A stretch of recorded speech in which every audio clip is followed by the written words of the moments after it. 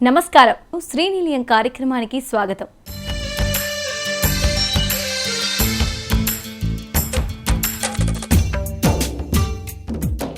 Hyderabad outer ring road రహదారి అంటే ఇది వరకు చాలా దూరం అనిపించేది. నగరవాసులు ఇప్పుడు ఎక్కడి నుంచి ఎక్కడికి వెళ్లాలన్నా ఔటర్ రింగ్ రోడ్ రహదారిని ఉపయోగిస్తున్నారు. సిటీ మధ్యలో ఉన్నవారు సైతం సమీపంలోని ఓఆర్ఆర్ చేరుకుని అక్కడి నుంచి గమ్యస్థానానికి వెళ్తున్నారు. నివాసాలు ఎక్కువగా ఉన్న ఇన్నర్ రింగ్ రోడ్ చుట్టుపక్కల కేంద్రీకృతం కావడం, అక్కడి నుంచి ఓఆర్ఆర్ వరకు మధ్యలో చాలా ఖాళీ ఉండడంతో దూరమని భావించేవారు. హైదరాబాద్ నగరం విస్తరించడం, రవాణా అనుసంధానం పెరగడంతో కొనుగోలుదారుల చూపు సైతం ఈ ప్రాంతంపై పడింది. ఔటర్ రింగ్ రోడ్ చుట్టుపక్కల రియల్ ఎస్టేట్ ప్రాజెక్టులు క్రమంగా డిమాండ్ పెరుగుతోందని స్థిరాస్తి నిపుణులు చెబుతున్నారు.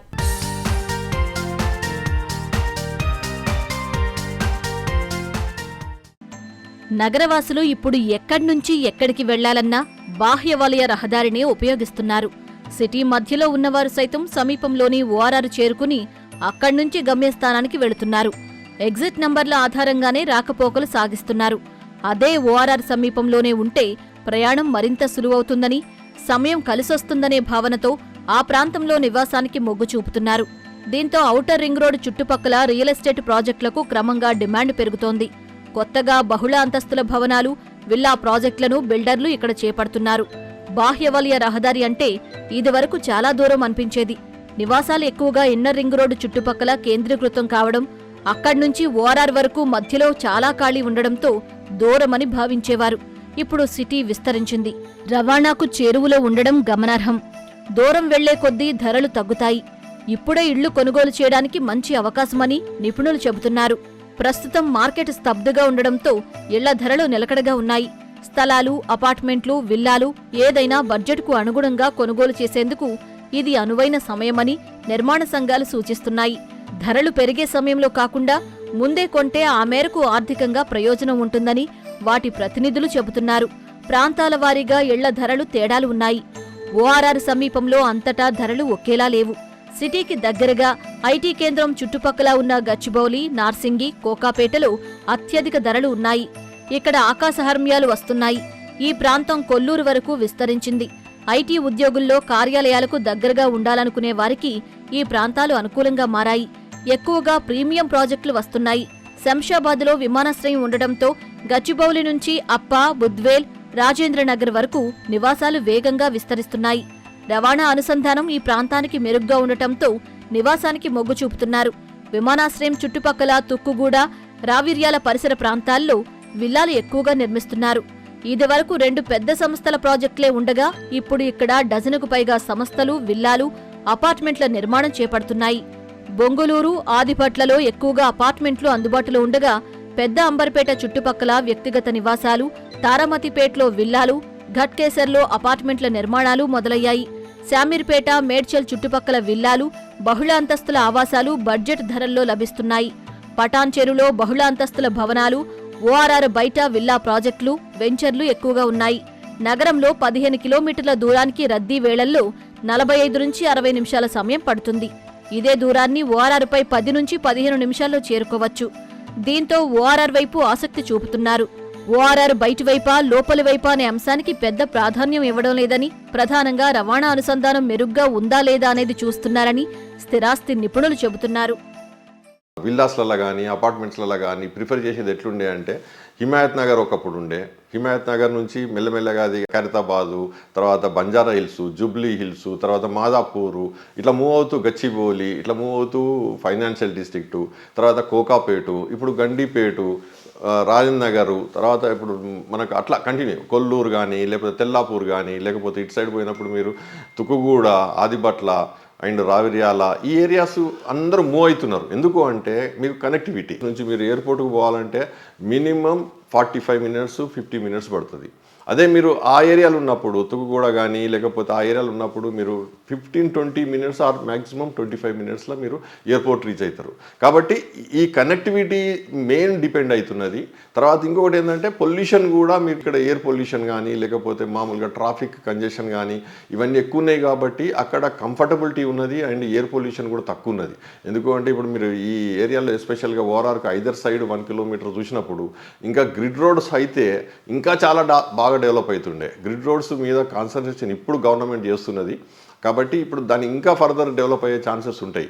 ఎందుకంటే గ్రిడ్ రోడ్ డెవలప్ అయ్యే లోపలనే ఇప్పుడు మనకి గండిపేటు, నార్సింగి, రాజ్నగర్ ఇవన్నీ కూడా ఆల్రెడీ డెవలప్ అయిపోతున్నాయి. కానీ గ్రిడ్ రోడ్ అయితే ఇంకా సిస్టమేటిక్ డెవలప్మెంట్ ఇప్పుడు రాజనగర్లో గ్రిడ్ రోడ్స్ అవుతున్నాయి. ఆల్మోస్ట్ డెవలప్ అవుతున్న ఏరియాలలో గ్రిడ్ రోడ్స్ అన్ని డెవలప్ అవుతున్నాయి.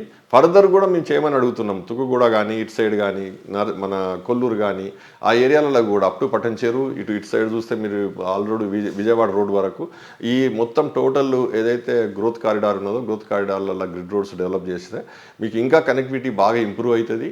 అండ్ అట్లే మెట్రో కూడా డెవలప్ చేసేస్తే డెఫినెట్గా దాని ఇంపాక్ట్ చాలా ఉంటుంది and everybody will prefer it. ఇంకొకటి ఏంటంటే రేటు కూడా కంపేర్ చేసినప్పుడు మీరు కోకాపేటలో మీరు అపార్ట్మెంట్ కానీ విల్లా కానీ తీసుకోవాలంటే మీరు చాలా కాస్ట్లీ. విల్లా తీసుకుంటే 25,000 రూపీస్, అపార్ట్మెంట్ తీసుకుంటే 12,000 రూపాయలు. అంటే కంఫర్టబుల్గా ఒక 15-20 మినిట్స్ ట్రావెల్ టైంలో మీరు అదే 50% కట్టేలైపోతుంది. ఆల్మోస్ట్ మీరు 50%, 60% కూడా కట్టేలైపోయి రేట్ కట్టేలై అఫోర్డబిలిటీలా దొరికే ఛాన్సెస్ ఉన్నాయి. కాబట్టి విల్లాస్ కూడా అంతే.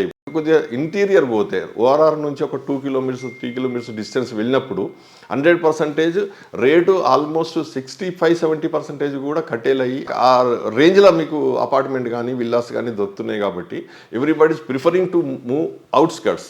లాంగ్ ట్రావెల్ చేసినప్పుడు మనకు ఇంత దూరం ట్రావెల్ చేసింది ఉంటుంది, తర్వాత ఇంటికి పోయేటప్పుడు చాలా తొందర ఉంటుంది. అట్లాగే ఇప్పుడు ఎప్పుడు కానీ ఎగ్జిట్ దిగినాక ఇంకొక ఫర్దర్ ఒక 4-5 కిలోమీటర్లు పోవాలి, కంజెషన్ అది ఆ రోజు 15-20 మినిట్స్ పడుతుంది అన్న దానికంటే ఎగ్జిట్ దగ్గర ఉన్నదనుకోండి, సపోజ్ ఇప్పుడు రావిరాల ఎగ్జిట్ కానీ తుగుగూడ ఎగ్జిట్ కానీ లేకపోతే సాగర్ రోడ్ ఎగ్జిట్ కానీ ఉన్నప్పుడు డెఫినెట్గా they will prefer it. Exit నుంచి యాక్సెసిబిలిటీ ఉన్నప్పుడు ఏదైతే గ్రోత్ కారిడార్ రేంజ్లు ఉన్నప్పుడు డెఫినెట్గా అంటే purchaser are preferring to by.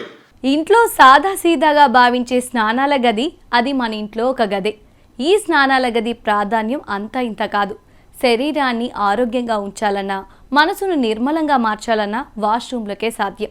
ఇల్లంతా శుభ్రంగా ఉంచుకొని దాన్ని నిర్లక్ష్యంగా చూసేవాళ్ళు మనలో చాలామందే ఉంటారు. బాత్రూంలను సరిగ్గా శుభ్రం చేసుకోకపోవడంతో పాటు గది నుంచి వెలువడే దుర్వాసన నుంచి బయటపడేందుకు చాలామంది సువాసన వచ్చేలా ఫినాయిల్ లాంటి ద్రావణాలను మోతాదులకు మించి చల్లుతారు. మరి వీటి మోతాదు మించితే తప్పదు ఆరోగ్య సమస్యలు అంటున్నారు నిపుణులు. మనం సాదాసీదాగా భావించే వాష్రూమ్ని జపాన్, కొరియా, ఈజిప్ట్లలో ఇంటికి ముఖంలా భావిస్తారు. చిన్న మరక కూడా లేకుండా అద్దంగా మెరిసేలా చూసుకుంటారు. టాయిలెట్ను పరిశుభ్రంగా ఉంచడాన్ని భగవదారాధనగా భావిస్తారు. కవయ్యా నొకామి జపనీస్ జానపద గాథల్లోని ఒక ప్రసిద్ధ దేవత పేరిది. టాయిలెట్ పిట్లలో పడిపోకుండా ప్రజలను రక్షించే దేవతగా కొలిచేవారని చెప్తారు. శుచి శుభ్రతను పాటించడం ద్వారా ఈ దేవతను ఆరాధించడం అక్కడ సంప్రదాయంగా వస్తోంది. ఇక్కడే కాదు, ఈజిప్టులో ద్వా, కొరియాలో చెక్సిన్ కూడా ఇలాంటి దేవతలే. ఇంట్లో వాష్రూమ్, టాయిలెట్లు పరిశుభ్రంగా లేకపోతే వాటి నుంచి వచ్చే దుర్గంధంతో శ్వాసకోశ వ్యాధులు వస్తాయి. అక్కడ వదిలేసే వ్యర్థాలతో ఊపిరితిత్తుల్లో నీరు చేరడం లాంటి అనారోగ్య సమస్యలు వస్తాయని చెబుతున్నారు నిపుణులు. అతిసారం, నిమోనియా, అమీబియాస్ వంటి సమస్యలకు మూలం కూడా ఇక్కడే ఉంది. ఇంట్లో పిల్లలు ఉంటే వాళ్ళు వాష్రూమ్ వాడాక చేతులు కడుక్కునేలా చూడాలి. చేతిగోళ్లు ఎప్పటికప్పుడు కత్తిరించాలి. తినే ముందు చేతులు కడుక్కోవాలి. జపాన్ లాంటి దేశాల్లో రోగాల బారిన పడకుండా తీసుకునే జాగ్రత్తల్లో భాగంగా పిల్లలకు టాయిలెట్ వాడకాన్ని విధిగా నేర్పుతారు. దాన్ని వాడుకున్న తర్వాత శుభ్రం చేసి పెట్టడాన్ని అలవాటు చేస్తారు. బాత్రూమ్ తలుపులు తెరవగానే సువాసనతో మంచి అనుభూతి రావాలి. ఎక్కడా ఒక్క మచ్చ కూడా ఉండకూడదు. అది వారి విధానం. వేరే వాళ్ళ ఇళ్లకు వెళ్ళినప్పుడు అక్కడ వాష్రూమ్లను వాడినా అలాగే ఉంచడానికి ప్రయత్నిస్తారు. వీటినే టాయిలెట్ ఆచారాలుగా పరిగణిస్తుంటారు. ఇలాంటి మంచి అలవాటును తర్వాతి తరాలు మర్చిపోకుండా పాటించాలంటే వాళ్ళు చేసే పని మీద భక్తిని పెంపొందించాలి. ఈ లక్ష్యమే టాయిలెట్ దేవారాధనకు మూలమంటారు. జీవన నాణ్యతను మెరుగుపరిచే ప్రచారంలో భాగంగా జపాన్ ప్రభుత్వం 2015 సంవత్సరంలో టాయిలెట్ ప్రైజ్ని ప్రారంభించింది. 5 నక్షత్రాల హోటళ్లలో అయితే ఇంత పరిశుభ్రత సాధ్యం. కానీ ఇళ్లల్లో రోజువారీగా ఎక్కడ కుదురుతుందని అనుకోవద్దు. దీని విషయంలో ప్రతి ఒక్కరూ శ్రద్ధ తీసుకోవాలి. స్వచ్ఛంద పరివర్తనతో ఈ స్వచ్ఛత కార్యక్రమానికి సిద్ధం కావాలి. పిల్లలకు ఈ శుభ్రతను నేర్పించగలిగితే వారికి సగం ఆరోగ్యాన్ని ఇచ్చేసినట్లేనని గుర్తించాలని వైద్య నిపుణులు సూచిస్తున్నారు. నెలకు ఒక్కసారైనా ఇంట్లో టాయిలెట్ మొత్తాన్ని పూర్తిగా పరిశుభ్రం చేసుకోవాలి. టాయిలెట్ కమోడ్ అంచులు, కింది భాగంలోనూ శుభ్రం చేయాల్సి ఉంటుంది. ఇందుకోసం కఠినమైన క్లీనింగ్ ద్రావణాలను కాకుండా మన ఆరోగ్యానికి హాని చేయని యాంటీవైరల్ కలిగి ఉండే తేలికపాటి ద్రావణాలు, క్రిమిసంహారకాలు లేదా నీరు, బేకింగ్ సోడా మిశ్రమం లాంటి వాటిని ఉపయోగించాలి.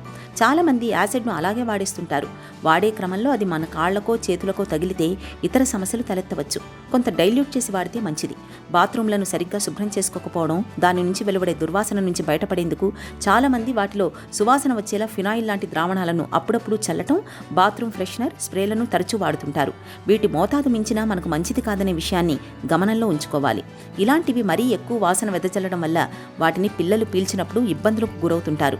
వెంట్రుకలు, ఇతర వేస్టేజ్ పేరుకుపోకుండా ఎప్పటికప్పుడు తొలగించాలి. వేడి నీరు, షాంపూలతో స్నానం చేసినప్పుడు గోడలపై పడే మరకలను వెంటనే మామూలు నీటితో కడిగేయాలి.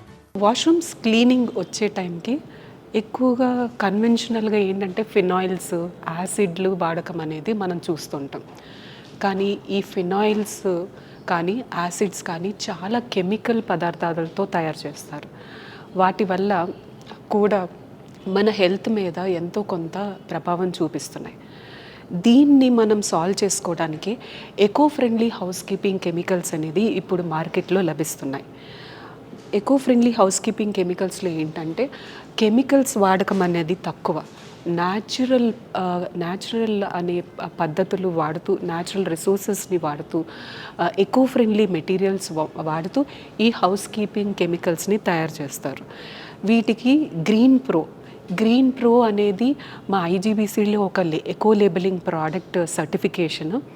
ఈ ప్రోడక్ట్ సర్టిఫికేషన్లో ఏంటంటే మెటీరియల్లో కెమికల్స్ ఎంతవరకు వాడకం తక్కువ అన్నది, మనం అలాగే మన ఆరోగ్యాన్ని ఎంతవరకు తక్కువగా ఇంపాక్ట్ చూపిస్తాయి, ఆరోగ్యానికే కాదు వాతావరణానికి కూడా తక్కువ ఇంపాక్ట్ చూపిస్తాయి.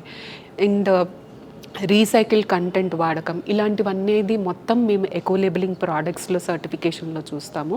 వీటి వల్ల ఏంటంటే ఆ కెమికల్ ఎక్స్పోజర్ కానీ, మనకి హెల్త్ మీద ఇంపాక్ట్ చూపించడం కానీ, ఏవైతే యాసిడ్స్, ఫినాయిల్స్లోంచి వస్తున్నాయో అవన్నీ తక్కువగా ఉంటాయి. సో ఇటువంటి ఎకో ఫ్రెండ్లీ హౌస్ కీపింగ్ కెమికల్స్ని యూస్ చేసుకోవడం మంచిది. కలల గృహం 100 ఏళ్లు ఉండాలి, తరాలు నివాసం ఉంటూ నిండు నూరేళ్లు నిలబడాలి. ఇల్లు కట్టుకునేటప్పుడు, కొనుగోలు చేసేటప్పుడు ఎవరైనా ఆలోచించేది ఇదే. ఈ ఉరుకుల పరుగుల యాంత్రిక జీవనంలో మనసుకు కాసంత ఉపశమనం కలిగేది గృహసీమలోనే. ఎవరైనా ఒత్తిడిని జయించాలంటే ముందు మనసుకు తగినంత విశ్రాంతి కావాలి. అందుకే ఇంటిని అందంగా, మనసుకు నచ్చిన విధంగా ముస్తాబు చేసుకుంటున్నారు. ఇంట్లో ప్రశాంతమైన వాతావరణం ఉండాలని కోరుకుంటున్నారు. అందుకే ఇంట్లోకి ఒక్కసారి అడుగు పెట్టగానే ఆహ్లాదంగా అనిపించాలి.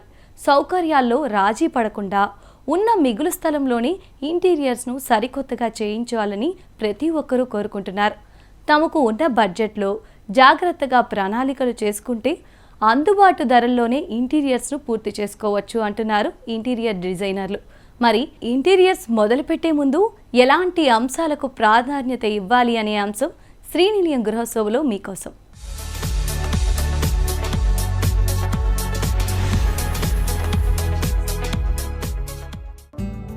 ఇంటి కోసం ఎంతైనా ఖర్చు చేస్తుంటారు చాలామంది. వాళ్ళని చూసి మిగతా వాళ్ళు ఆచరిస్తే ఆర్థికంగా ఇబ్బందుల్లో పడతారు. ముందుగా గృహాలంకరణకు సంబంధించి బడ్జెట్ ఎంత అనేది నిర్ణయించుకోవాలి. అందులోనే అత్యుత్తమంగా అలంకరణ ఉండేలా చూసుకోవాలి. ఇంట్లో ఏ భాగం ప్రత్యేకంగా కనిపించాలనుకుంటున్నారో అంతవరకే అలంకరణకు ప్రాధాన్యం ఇవ్వాలి.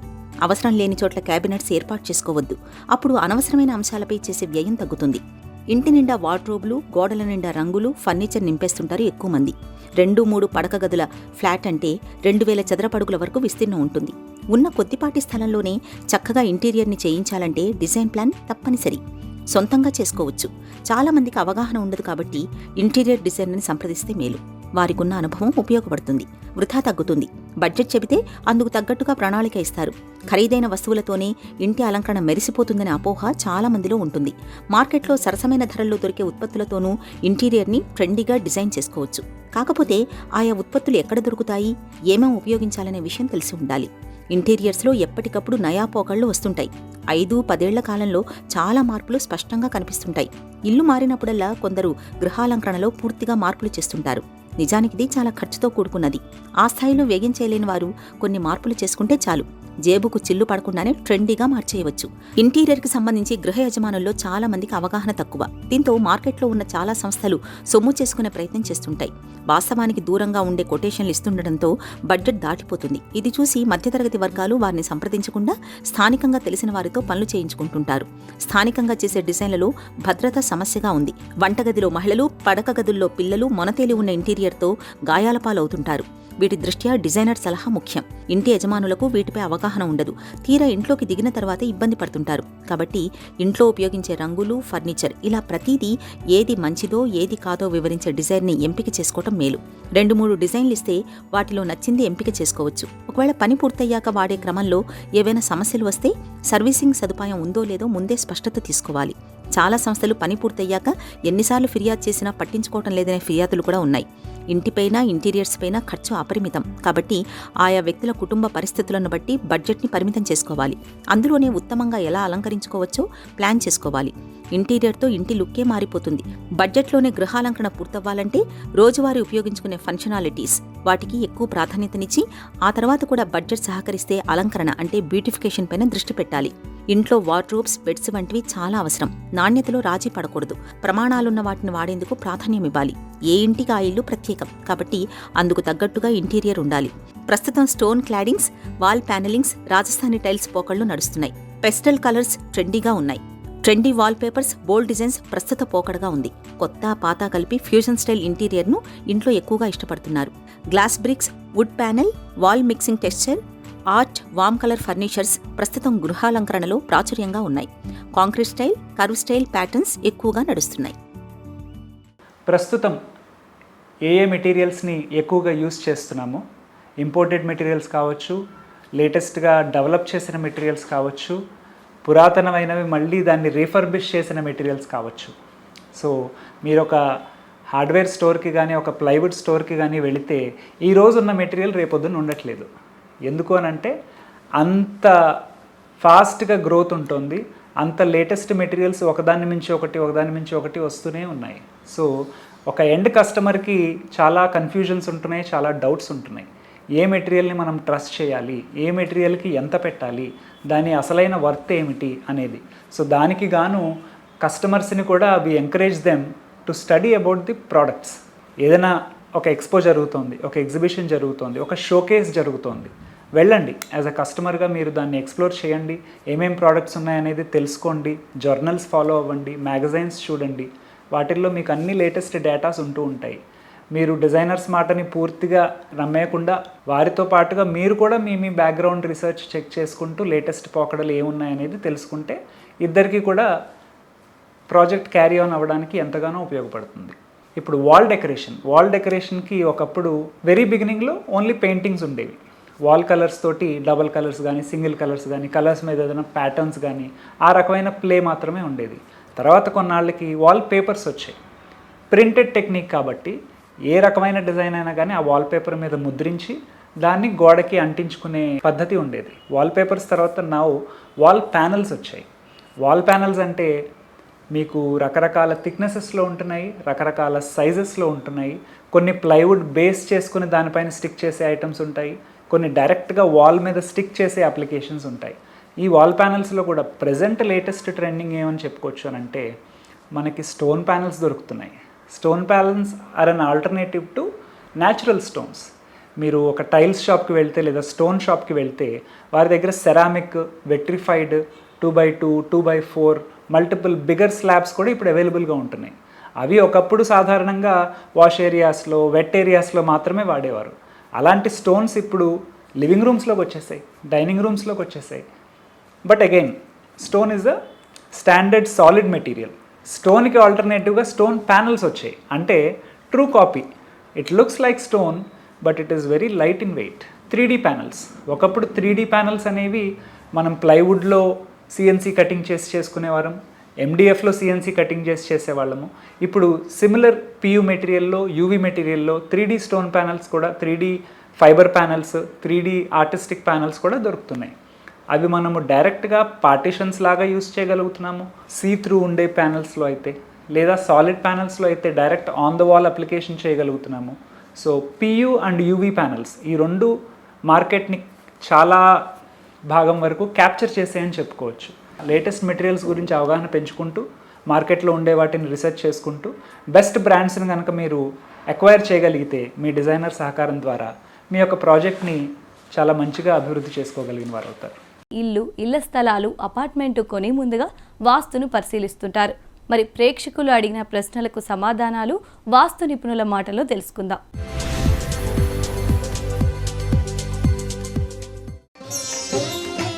తూర్పు రాజవీధి గల ఇంటికి సంపు, బోరుబావి ఎక్కడ ఉండాలి? తూర్పు రాజవీధి ఉన్నటువంటి ఇంటికి మనం ఇక్కడ ఉత్తర ఈశాన్యంలో సంప్ అనేటువంటిది తీసుకోవాలి. అదే ఇక్కడ మీకు సెట్ బ్యాక్ తక్కువ ఉందనుకోండి, 3 ఫీట్ నుండి 4 ఫీట్ వరకే ఉందనుకోండి, మీకు ఎక్కువ సెట్ బ్యాక్ లేదనుకోండి, అలాంటప్పుడు ఎక్కడ తీసుకుంటాం? సంప్ అనేటువంటిది ఇక్కడే తీసుకుంటాం బై డిఫాల్ట్గా. మీకు పిల్లర్స్ అనేటువంటివి ఇక్కడ ఇక్కడ ఇక్కడ వచ్చినా కూడా ఇది అనేటువంటిది సంప్ అనేటువంటిది ఇది ప్రవేశ ద్వారం తీసుకున్న ఎదురుగానే డిజైన్ చేసుకోవాల్సి వస్తుంది. ఇలాంటి కండిషన్లో మనం చూసుకోవాల్సింది ఏంటంటే ఈ కాలం నుండి డయాగ్నల్ తీసుకోవటం, అదేవిధంగా స్థలం నుండి డయాగ్నల్ తీసుకోవటం. ఈ డయాగ్నల్ లైన్లో కానీ లేకపోతే ఇంటి పిల్లర్ నుండి స్థలానికి తీసుకునేటువంటి డయాగ్నల్ కానీ అంటే కంబైన్డ్ లైన్ కానీ ఈ లైన్స్లో పొరపాటున కూడా సంపు మూత అనేటువంటిది రాకూడదు. ఇది ప్రాథమిక సూత్రం. సంపు మూత ఇక్కడ పెట్టామనుకోండి, మీకు ప్రవేశ ద్వారానికి ఎదురుగా మూతలు రాలేదు. ఇక్కడ సంపు వచ్చినా కూడా సంపు క్లోజ్డ్గా ఉంటుంది కాబట్టి దాని మీద స్లాబ్ వస్తుంది కాబట్టి నడుస్తూ లోపలికి వెళ్ళిపోతాం. ఇక్కడ మీకు ఏదైతే ఉంటుందో కాంపౌండ్ గేట్ ఉంటుంది, కాంపౌండ్ గేట్ నుండి వెళ్ళిపోతాం. ఇక్కడ సంపు మూత అనేటువంటిది ఇలాంటి కండిషన్లో స్థలంలో డైమెన్షన్స్ ఫ్లెక్సిబుల్గా లేనప్పుడు ఈ యొక్క మూత అనేటువంటిది మనకి ప్రవేశ ద్వారంలో పడకూడదు, కాంపౌండ్ గేట్లో పడకూడదు, స్థలపిండ సూలలో పడకూడదు, ఇంటికి సంబంధించినటువంటి సూలలో పడకూడదు. ఇవన్నీ కూడా చెక్ చేసుకుని మాత్రమే సంప్ అనేటువంటిది ఈ గృహ నిర్ణయం ఉంటుంది కదా, ఈ ఆయంలోకి రాకుండా మనం ఆ యొక్క సంపు అనేటువంటిది మనం తీసుకోవాలి. ఇందులో ఏమాత్రం డీవియేషన్ లేదు. అదేవిధంగా మనకి బోర్ అనేటువంటిది ఈశాన్య మూల వేసుకోవాలిగా. మీకు ఏదైనా బోరింగ్ మిషన్ ఫిక్స్ చేయడానికి మినిమం ఒక 3.5 ఫీట్ బై 3.5 ఫీట్ మినిమం కావాలి. అలాంటప్పుడు మీరు నార్త్ వైపు తీసుకోవటం కుదరని పక్షంలో ఎక్కడ తీసుకోవాలి అనేటువంటిది చాలామందికి సందేహం ఉంటుంది. ఏదైనా మిడ్ లైన్ స్థలానికి మిడ్ లైన్కి రైట్ సైడే ఉండాలి. అంటే తూర్పు నుండి తూర్పు ఈశాన్యం, అదేవిధంగా ఉత్తర ఈశాన్యం ఈ జోన్లోనే సంపు నీటి గుంట అనేటువంటిది ఉండాలి. అంటే మనం కట్టేటువంటి ఇల్లు వాస్తు ప్రకృతితో మమేకం అవ్వాలి. అలా అయినప్పుడు మాత్రమే ఇంట్లో అదృష్టము అనేటువంటిది కలిసి వస్తుంది. కాబట్టి ఇక్కడ సంపు మీద నడిచినా ఇబ్బంది లేదు. కాకపోతే ఏంటంటే ప్రవేశ ద్వారానికి ఏవి అడ్డు ఉండకూడదు. అడ్డు ఉంటే అది వేదాదోషాన్ని క్రియేట్ చేస్తుంది. వేదాదోషం అంటే ఏంటి? వేదన. అంటే వేదన ఎప్పుడు కలుగుతుంది? ప్రవేశ ద్వారానికి దారిలో అడ్డంకులు అంటే ఏంటి? మూత అనేటువంటిది పెట్టామనుకోండి, అడ్డుగా ఉంటుంది కదా, ఆ విధంగా వేదన అనేటువంటిది కలుగుతుంది. కాబట్టి ఇది కూపవేద దోషంలాగా మనం పరిగణలోనికి తీసుకుంటాం. అందుకే ప్రవేశ ద్వారానికి ఏవి అడ్డు ఉండకూడదు. ఈ యొక్క సంపు మూతలు కానివ్వండి, లేకపోతే ఎదురుగా కరెంటు పోల్స్ కానివ్వండి, లేకపోతే ఎదురుగా కట్టేటువంటి ఇల్లు కాంపౌండ్ కానివ్వండి, కొన్ని చూస్తూనే ఉంటాం. ఈ యొక్క ఇంటికి ప్రవేశ ద్వారానికి ఎదురుగా ఈ యొక్క మోటు అనేటువంటిది పడుతూ ఉంటుంది. ఇది ఎదురి ఇంటి యొక్క మూల అనేటువంటిది హిట్ అవటం. ఇది స్థూల వేదాదోషము అంటారు. కాబట్టి మనం ఇంటి నిర్మాణం చేసుకునేటప్పుడు ఆ యొక్క చుట్టుపక్కల స్థల నైసర్గిక స్వరూపాన్ని చూసుకొని ఎదురుగా కూడా ఉండేటువంటి ఆ యొక్క ఇల్లు ఏ విధంగా ఎక్కడి నుండి ఎక్కడి వరకు కట్టారు అనేటువంటిది చూసుకొని మాత్రమే మనం ఈ విధంగా నిర్మాణము అనేటువంటి చెయ్యాలి. దానికి తగ్గట్టుగానే డిజైనింగ్ అనేటువంటి చేసుకోవాలి. ఇది నేటి శ్రీ నిలయం. మరికొన్ని తాజా అంశాలతో వచ్చే వారం మళ్ళీ కలుద్దాం. అంతవరకు సెలవు. నమస్తే.